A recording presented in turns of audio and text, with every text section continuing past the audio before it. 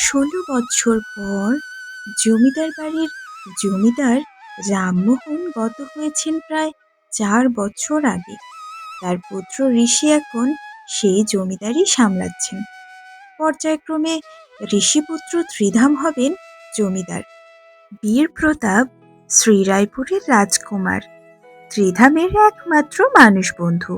১৬ বছর পর বীর প্রতাপ তার শিক্ষালাভ শেষ করে রাজমহলে ফিরেই তার বন্ধু ত্রিধামের জমিদার বাড়ি জমিদার পুত্র ত্রিধামের সাথে দেখা করতে যাচ্ছে।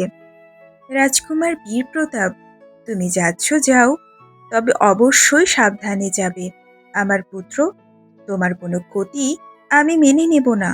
মন্ত্রী মশাই, আপনি অবশ্যই রাজকুমার বীর প্রতাপকে দেখে রাখবেন।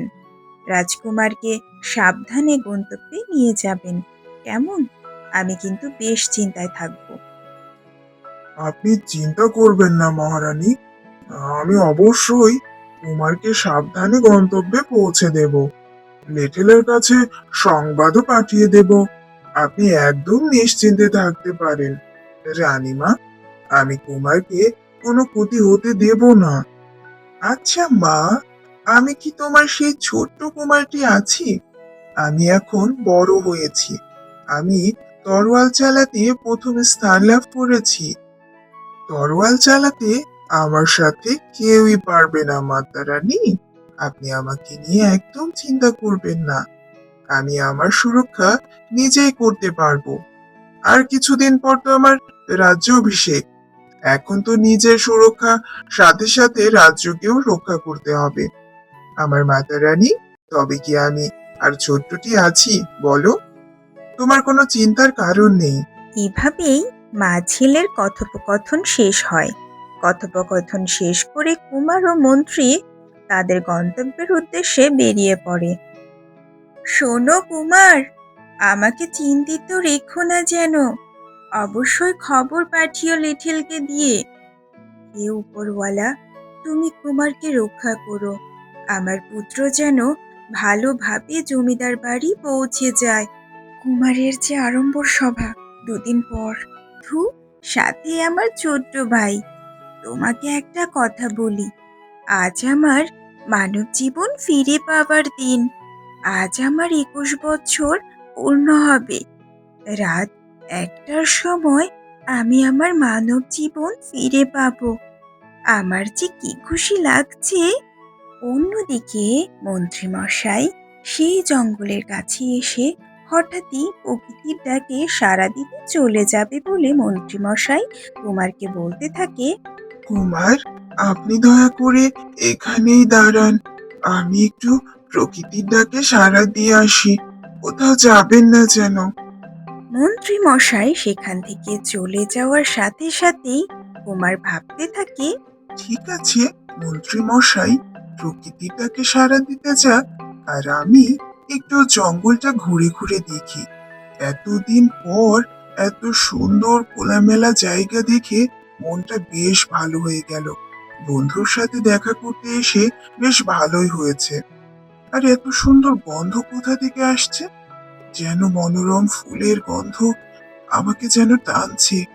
কি করে কি করে এত সুন্দর গন্ধ হতে পারে? যাই একটু এগিয়ে দেখি তো কিছু আছে কিনা। এই বলে কুমার অনেকটা ঘন জঙ্গলে এগিয়ে যায়। ঠিক তখনই মনে হচ্ছে এদিকে কেউ আসছে। ওমা, এ তো দেখছি কুমার। কুমার, তোমার তো বড্ড লেগেছে। কি করে যে এত বড় চোট পেলে? একটু দেখে চলতে পারো না? আচ্ছা ঠিক আছে, এই নাও, আমার আমার গা থেকে একটা পাতা ছিঁড়ে তুমি তোমার কপালে লাগিয়ে নাও। তাতে তোমার রক্ত ঝরা বন্ধ হবে আর ক্ষতটাও শুকিয়ে যাবে। নাও দেখি, একটা পাতা ছিঁড়ে তুমি তোমার কপালে লাগিয়ে নাও। তাতে তুমি সুস্থ হয়ে যাবে কুমার। তোমার এমন অবস্থা দেখে আমার বড্ড কষ্ট হচ্ছে। এত সুন্দর ফুল, এত সুন্দর গোলাপি পাপড়ি যুক্ত সূর্যমুখী ফুলকুমারী, এর আগে কখনো আমি এমন নাজুক ফুল দেখিনি। এত সুন্দর দেখতে, সূর্যমুখী ফুল এই প্রথম দেখলাম। আর এত সুন্দর গন্ধ, আবার নাকি তার পাতাতে অনেক গুণও আছে। এটা আমার রাজ্যে নিয়ে গেলে বেশ ভালো হবে, বেশ ভালো হবে। কুমার সূর্যমুখী ফুলকুমারীকে দেখে এগুলোই ভাবতে থাকে। এই যে কুমার, তাড়াতাড়ি করো!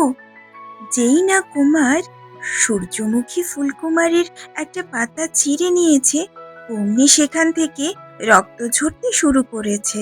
ঠিক তক্ষুনি কুমার বলে ওঠে, কি গো, তোমার কষ ঝরা পা দিয়ে এমন রক্ত ঝরছে কেন? মানুষের মতো? তুমি কে? কি রহস্য? কুমার, আপনি আমাকে নিয়ে একদম ভাববেন না। আমি একটা ফুল। এরপর আর কোনো রহস্য নেই। তুমি দয়া করে এখান থেকে চলে যাও কুমার। আমাকে নিয়ে আর ভেবো না। আমি ঠিক হয়ে যাব। এখনো ঠিকই আছি। এত ভাবার কিচ্ছু হয়নি। আমার কষই তো ঝরছে। দেখছো না, সাদা কষ। তোমার চোখে হয়তো তুমি ভুল দেখছো কুমার। তুমি এক্ষুনি এখান থেকে চলে যাও। আর কখনো এই জঙ্গলে এসো না। তাতে তোমার ভালোই হবে, সঙ্গে আমারও। দয়া করে এতটুকু অনুরোধ তুমি আমার রেখো। তোমার আর কোনো কথা না। তোমার যা কথা বলা শেষ। আমি তোমাকে সাহায্য করেছি। দয়া করে তুমি এখন চলে যাও কুমার। আর কোনো কথা বলো না। কুমারী, আমাকে তুমি ভুল বুঝো না। আমার তোমার গায়ের গন্ধ ভীষণই ভালো লাগছে। কেমন যেন মাতোহারা হয়ে উঠছি। তোমার গন্ধ ছাড়া যেন আমি থাকতেই পারছি না। কেমন যেন আমাকে কাছে ডেকে নিচ্ছে। কি করব বলো? তুমি আমাকে সাহায্য করেছো, এটা তো আমি জানি। ঠিক আছে, বেগুনি পাপড়ির সূর্যমুখী ফুল কুমারী, আমি এখন চলে যাচ্ছি। তবে একটা কথা বলতে পারি, তোমার এই রহস্য আমি অবশ্যই উন্মোচন করব। এই রহস্য আমাকে জানতেই হবে। এই বলে রাজকুমার ফুলকুমারীর সাথে কথা শেষ করে সেখান থেকে জমিদার বাড়ির উদ্দেশ্যে চলে যায়। আর তখন ফুলকুমারী বলতে থাকে, কুমার বুঝি এত সুন্দর! ইস, যদি সে আমার জীবন সঙ্গী হতো, আমি বড্ড খুশি হতাম। কত সুন্দর দেখতে! রাজকুমাররা বুঝি এত সুন্দর হয়? আমার জীবনে দেখা প্রথম এত সুন্দর পুরুষ। আহ, কত সুন্দর দেখতে! বন্ধু, তুমি কেমন আছো বন্ধু? আর এ কি অবস্থা তোমার? তোমার আসার কথা সেই সকালে, তুমি এই বিকেল বেলা এত দেরি কেন হলো? মন্ত্রী মশাই কোথায়? মন্ত্রী মশাই এখন পর্যন্ত আমাদের এখানে আসেনি। তোমাদের কি হয়েছিল বন্ধু? আমাকে সবটা খুলে বলো তো। কি হয়েছিল তোমাদের সাথে? যদি কিছু হয়ে থাকে তাহলে আমরা মহারাজ আর মহারানীর কাছে কি জবাব দেব? আরে আরে বন্ধু, তুমি এত কিছু ভেবো না। জানো কি অবাক কাণ্ড ঘটেছে? আমার সাথে এমন অবাক কাণ্ড এর আগে কখনো ঘটেনি। আজ আমি কথা বলা ফুলকুমারীকে দেখেছি। সূর্যমুখী ফুলকুমারী, যেন বেগুনি পাপড়ির সূর্যমুখী ফুলকুমারী। এ যেন অবাক কাণ্ড। আমার সাথে এমন কিছু কখনো ঘটেনি জানো। এই প্রথম আমি কোনো ফুলকে কথা বলতে দেখলাম, কোনো ফুল গাছকে কথা বলতে দেখলাম। জানো কি অবাক কাণ্ড? তার পাতা দিয়ে তো আমার ঘা শুকিয়ে গেল, তবে তার সেই ঘা থেকে প্রচুর রক্তক্ষরণ হচ্ছিল। সে আমাকে সাহায্য করেছে আর বলেছে আর কখনো না যেতে সেখানে। তোমাদের এই জমিদার বাড়ির পেছনের সেই জঙ্গলটাতে এই ঘটনা ঘটেছে। আমি এই একটু হাঁটছিলাম আনমনে, তখনই পড়ে গিয়ে মাথায় চোট পাই। আর তখনই ওই ফুলকুমারী আমাকে সাহায্য করে। তার কষ্ট হবে জেনেও সে আমাকে সাহায্য করে। কতটা দয়ালু! আরে বন্ধু, তুমি কি বলছো আবোল তাবোল? তোমার মাথা বোধ হয় ঠিক নেই। তুমি ওসব ভুলে যাও তো। তোমার মাথা বোধ হয় কাজ করছে না। তুমি কোন দিক দিয়ে এসেছো? তুমি একটু হাত মুখ ধুয়ে এসে বিশ্রাম নিয়ে নাও বন্ধু। আমি খাবার পাঠিয়ে দিচ্ছি। তোমার এগুলো নিয়ে ভাবা একদমই ঠিক হবে না বন্ধু। তুমি তাড়াতাড়ি হাত মুখ ধুয়ে নাও। তোমার বড্ড ক্লান্ত লাগছে। তুমি এখন আর এগুলো নিয়ে ভেবো না, কেমন? আমি তাহলে আসছি। এই বলে জমিদার পুত্র সেখান থেকে চলে যায়।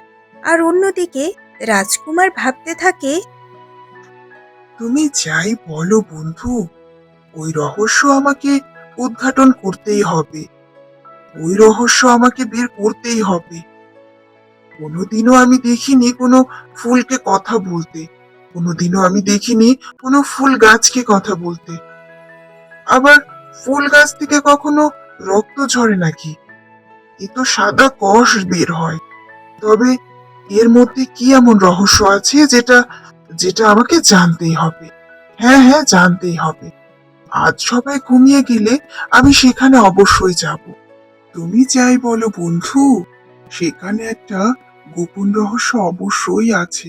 অন্যদিকে বেগুনি পাপড়ির সূর্যমুখী ফুলকুমারী তার ব্যথায় জ্বর এসে যায়। সে কাঁপতে থাকে তার যন্ত্রণায়। আজ তার মানব জীবন ফিরে পাবার দিন। এতদিনের তপস্যা, এতদিনের সাধনা যেন আজ ফল পেতে যাচ্ছে। আজ সে মানব জীবন আবারও ফিরে পাবে। এমন দিনে সে ভীষণই অসুস্থ। তবে সেটা তার কুমারের জন্য। সে যে কুমারকে ভালোবেসে ফেলেছে, সে মুখে না বললেও তার অন্তরে যে সেই ভালোবাসা ফুটছে। এমন সময় সেখানে কুমার এসে হাজির হয়। কুমার সেই রহস্যভেদ করবার জন্যই সেখানে এসেছে। কিন্তু কুমার জানে না আজ যদি সে সেখানে থাকে তবে কি দুর্ঘটনা ঘটতে পারে। ঠিক তক্ষুনি সূর্যমুখী ফুলকুমারী তার আসল রূপে ফিরে আসে। ঠিক সেই সময় কুমার সেখানে থেকে সেটা দেখে নেয়। এই হলো আমাদের গল্পের রানী, বেগুনি পাপড়ির সূর্যমুখী ফুলকুমারী। দেখতে অসাধারণ সুন্দর। এ আমি কি দেখছি? এত সুন্দর, এত সুন্দর দেখতে কন্যা আমি এর আগে কখনো দেখিনি। এ কি করলেন কুমার? এত বড় সর্বনাশ কি করে করলেন আপনি? আপনাকে কতবার অনুরোধ করেছিলাম যে আপনি এখানে আর আসবেন না। আজকে ছিল আমার মানব জীবন ফিরে পাওয়ার দিন। আজকে আজকে আমি মানব জীবন ফিরে পেয়েও যে আজকে আমাকে আবারও সেই সেই বন্দি জীবন ভোগ করতে হবে। সারা জীবনের জন্য আমাকে আবারও ফুলকুমারী হয়ে যেতে হবে। আমি আর কুমারী হয়ে থাকতে পারবো না। আমি আর মানুষ কন্যা হয়ে থাকতে পারবো না। এতদিনের তপস্যা, এতদিনের অপেক্ষা সব শেষ করে দিলেন কুমার। এত অনুরোধ করার পরেও আপনি আমার কোনো কথা রাখলেন না। আপনি এটা কেন করলেন? এবারে যে আমার মায়ের সাথে করা অন্যায়, আমার পিতার সাথে করা অন্যায়, আমার সাথে করা অন্যায়ের কোনো শাস্তি আমি তাদেরকে দিতে পারবো না। আমার ছিল ২ বন্ধু আর এই জঙ্গলটাই আমার সাথী। মায়াপুরী আমাকে বাঁচিয়ে তো রেখেছিল, তবু এতদিন পরে আমি মানব জীবন ফিরে পাওয়ার কথা ছিল। কিন্তু কেউ দেখে নিলে সারা জীবনের জন্য আমাকে আবারও ফুলকুমারী হয়ে বাঁচতে হবে, এবং সেটা সারা জীবনের জন্য। এটা কি করলেন কুমার? আমার আমার ভুল হয়ে গেছে ফুলকুমারী। আমি আমি ভীষণই উত্তেজিত হয়ে এখানে চলে এসেছি। আমার বারবার মনে হচ্ছিল এখানে আসা দরকার। এখানে কোনো রহস্য আছে। দয়া করে আমাকে ভুল বুঝো না। আমি তোমাকে ভালোবেসে ফেলেছি। আমি আমি তোমাকে আবারও মানুষ রূপে ফিরিয়ে আনবো। বলো না গো, কোনো না কোনো পথ তো থাকবে। যে কোনো যে কোনো কঠিন কঠিন পথে আমি যেতে রাজি আছি। আমি তোমাকে ফিরে পেতে চাই। কুমারী, কুমারী, তুমি ভেবো না। তুমি শুধু আমাকে সেই কথাটা বলো যেটা করলে আমি তোমাকে ফিরে পাবো। ঠিক আছে, যখন তুমি বলছো আমি তোমার কথা মেনে নিলাম।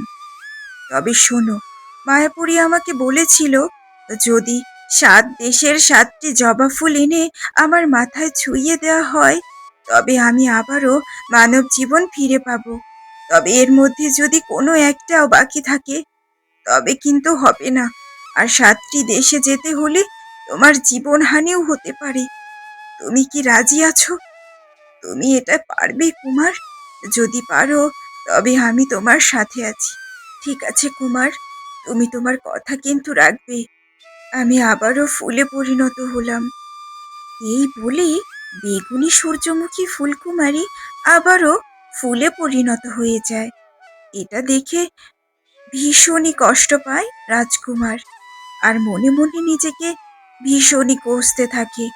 তবে সে অবশ্যই তাকে রক্ষা করবে বলেই মনে স্থির করে নেয়। এই করতে করতে সকাল হয়ে যায়।